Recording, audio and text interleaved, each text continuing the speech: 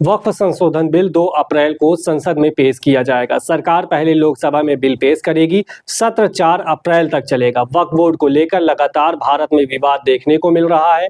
दिल्ली में मुस्लिम प्रदर्शन भी कर रहे हैं और मुस्लिमों की तरफ से ये बोला जा रहा है कि अगर हमारी मांग पूरी नहीं हुई तो प्रदर्शन बहुत बड़ा रूप लेगा। काफी लोग ये जानने की कोशिश करते हैं कि वक्फ बोर्ड है क्या, वक्फ बोर्ड के पास कितनी संपत्ति है, मोदी सरकार वक्फ बोर्ड के कानून में बदलाव क्यों कर रही है।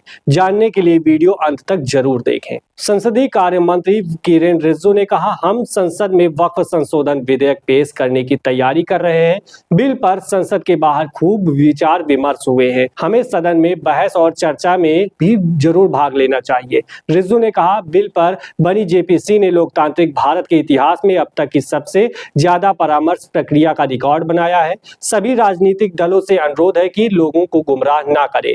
उन्होंने कहा कि भोले भाले मुसलमानों को यह कहकर गुमराह किया जा रहा है कि सरकार मुसलमानों की संपत्ति और अधिकार छीनने जा रही है। गृह मंत्री अमित शाह ने 29 मार्च को एक निजी चैनल में बातचीत में इसी सत्र में वक्फ बिल संसद में पेश करने की बात कही थी। उन्होंने कहा था कि इस बिल से किसी को भी डरने की जरूरत नहीं है। बिल के विरोध में काली पट्टी बांधकर ईद में नमाज पढ़ी गई। ईद के दिन देश में कई जगह नमाज अदा करने के लिए मुस्लिम समाज के लोग वक्फ बिल के विरोध में काली पट्टियां बांधकर पहुंचे। रमजान का आखिरी जुम्मा के दिन 28 मार्च को all India Muslim personal law board ने देश भर के मुसलमानों से काली पट्टी बांधकर नमाज पढ़ने जाने को कहा था।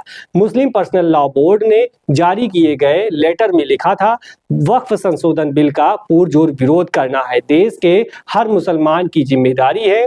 सभी मुसलमान नमाज के लिए मस्जिद जाते समय काली पट्टी बांधकर शांतिपूर्ण और मौन विरोध दर्ज कराएं। संसद में 1954 में बनाया गया था वक्फ एक्ट।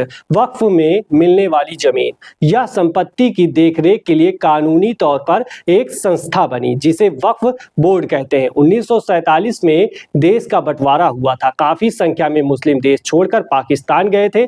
वहीं पाकिस्तान से काफी सारे हिंदू लोग भारत आए थे। 1954 में संसद में वक्फ एक्ट 1954 के नाम से कानून बनाया। इस तरह पाकिस्तान जाने वाले लोगों की जमीनों को और संपत्तियों का मालिकाना हक इस कानून के जरिए वक्फ बोर्ड को दे दिया गया। 1955 में यानी कानून लागू होने के 1 साल बाद इस कानून में संशोधन कर हर राज्यों में वक्फ बोर्ड बनाए जाने की बात कही गई। इस वक्त देश में अलग अलग प्रदेश के करीब 32 वक्फ बोर्ड हैं जो वक्फ की संपत्तियों का रजिस्ट्रेशन, देखरेख और मैनेजमेंट करते हैं। बिहार समेत कई प्रदेश में शिया और सुन्नी मुस्लिमों के लिए अलग अलग वक्फ बोर्ड है।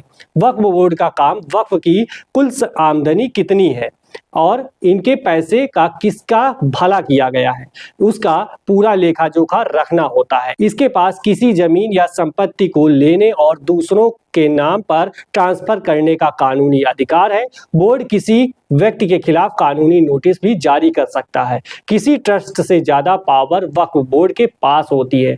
मोदी सरकार वक्फ बोर्ड के कानून में बदलाव क्यों कर रही है, आइए जानते हैं। सुप्रीम कोर्ट के वकील विराग गुप्ता बताते हैं कि मोदी सरकार वक्फ बोर्ड एक्ट में करीब 40 बदलाव करना चाहती है। सरकार इस कानून में इन 5 वजहों से बदलाव करना चाहते हैं। आइए एक एक कर समझते हैं।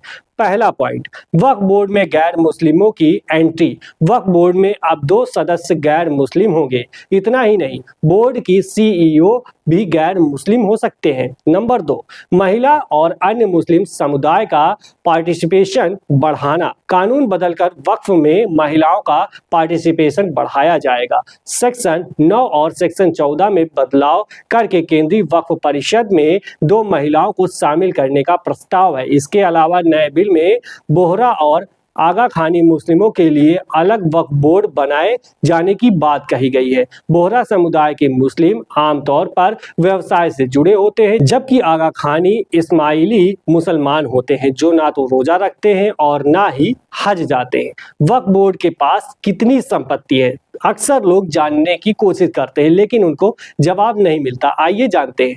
देश के सभी 32 वक्फ बोर्ड की संपत्ति को लेकर अलग अलग मीडिया रिपोर्ट्स में अलग अलग दावे किए जाते हैं, लेकिन 2022 में भारत सरकार ने बताया कि देश में 7.8 लाख से ज्यादा वक्फ बोर्ड अचल संपत्तियां हैं। इनमें सबसे ज्यादा उत्तर प्रदेश वक्फ के पास करीब 2 लाख से ज्यादा अचल संपत्तियां हैं। सुप्रीम कोर्ट के वकील विराग गुप्ता बताते हैं कि 2009 के बाद वक्फ की संपत्तियों में 2 गुने इजाफा हुआ है। अल्पसंख्यक कल्याण मंत्रालय ने दिसंबर 2022 में लोकसभा में जानकारी दी थी कि जिसके अनुसार वक्फ बोर्ड के पास 8,65,000 अचल संपत्तियां हैं। लगभग 9.4 लाख एकड़ वक्फ की जमीन की अनुमानित कीमत 1.2 लाख करोड़ है। पॉइंट नंबर 3, बोर्ड पर सरकार का कंट्रोल बढ़ाना। भारत सरकार कानून बदलकर वक्फ बोर्ड की संपत्ति पर कंट्रोल बढ़ाएगी। वक्फ बोर्ड के मैनेजमेंट में गैर मुस्लिम एक्सपर्ट्स को शामिल करने और सरकारी अधिकारियों से वक्फ के ऑडिट कराने से वक्फ के पैसे और संपत्ति का हिसाब किताब ट्रांसपेरेंट होगा। केंद्र सरकार अब CAG के जरिए वक्फ की संपत्ति का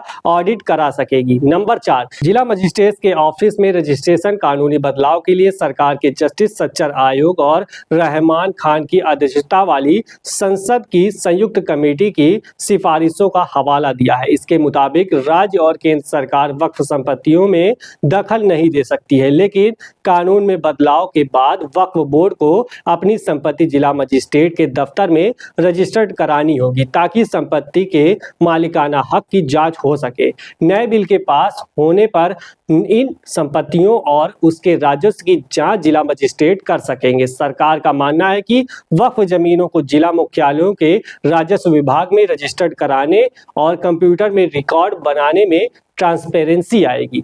नंबर 5, न्याय के लिए अदालत जाने का मौका मिलेगा। मोदी सरकार ने नए बिल के मुताबिक वक्फ ट्रिब्यूनल में अब 2 सदस्य होंगे। ट्रिब्यूनल के फैसले को 90 दिनों के अंदर हाईकोर्ट में चुनौती दी जा सकती है। अभी सबसे बड़ी चुनौती यह है कि अगर किसी जमीन को वक्फ ने अपना बताया तो उस जमीन पर दावा करने वाले दूसरे पक्ष की ये जिम्मेदारी है कि वो ये साबित करें कि ये जमीन उसकी है। मतलब बर्डन ऑफ प्रूफ दावा करने वाले व्यक्ति पर होती है। सरकार नए बिल में इस समस्या का भी समाधान कर रही है। वक्फ बोर्ड को लेकर के आपकी क्या राय है, कमेंट सेक्शन में जरूर बताएं। बने रहें Newstar 7 मीडिया के साथ। हमें फॉलो करें YouTube, Instagram, Facebook और Twitter पर। मिलते हैं अगले वीडियो में।